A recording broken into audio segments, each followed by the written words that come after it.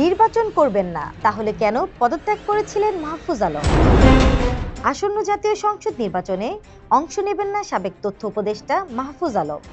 তার পক্ষে লক্ষ্মীপুর ১ আসন থেকে মনোনয়নপত্র সংগ্রহ করা হয়েছিল।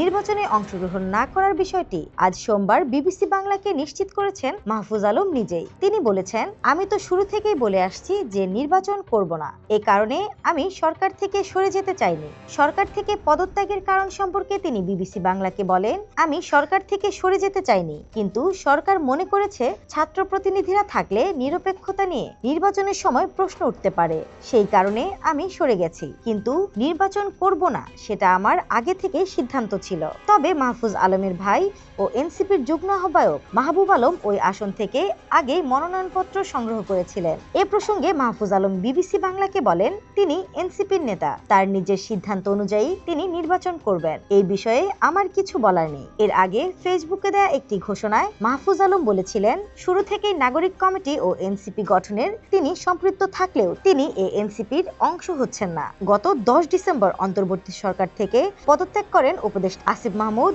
ও মাহফুজ আলম। স্নিগ্ধা আখি, দৈনিক নতুন সময়, ঢাকা।